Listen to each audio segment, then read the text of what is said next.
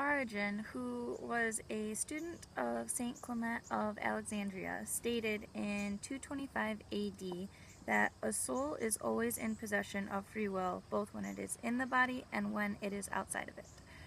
So this week I've gotten in a lot of different conversations about like free will and what it looks like to make good, wholesome decisions and how we can go about that.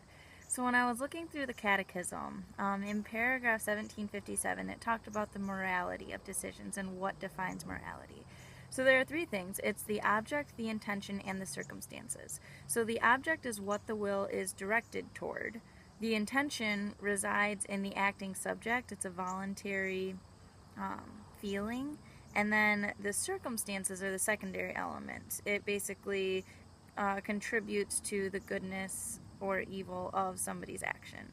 So these three things make up the morality of human action. So if we take like robbing a bank, you can look at the circumstances being the bank itself, or the object, the bank itself. The intention then would be what's driving it. Is it that you are trying to get a lot of money for yourself? Is it out of greed? Are you trying to rob the bank like Robin Hood and give it to other people? What's the intention there? And then the circumstances, which are the secondary elements, is more like how much it causes it to either be more good or more bad, because sin is weighed. There are different levels of sin.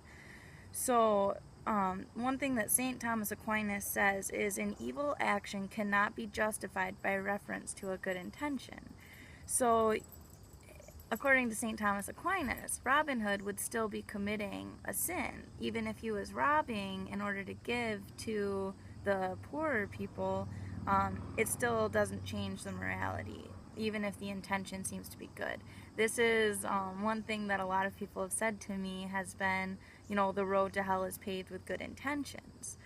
Now, we have the ability to reference doctrine and reference, the Bible for what a good intention looks like. Are we being vindictive? Are we trying to, help somebody? But then we can also reference what are we directing this towards and what are the circumstances of it. Like fornication, no matter what the intention is considered a grave sin due to the fact that it is a distortion of the will. It's something that ends up not being, there's no way to edify that to be something that would be good. But the Lord uses passions. He uses our desires and our emotions in order to fuel what is good. And the Holy Spirit ultimately accomplishes His work by mobilizing the whole being, by using our sorrows and our fears and the love that we have and everything else. And so we get to go forward knowing that no matter what there is no evil action that can be inherently good, but at the same time we can take our entirety of situations and end up using them and allowing ourselves to grow in the Spirit, grow toward God, to ultimately become who He anticipates us to be. So that was what I was looking into this morning. I hope that it's helpful. I will look forward to seeing you guys again next week Sunday, and have a blessed day. Thanks for watching.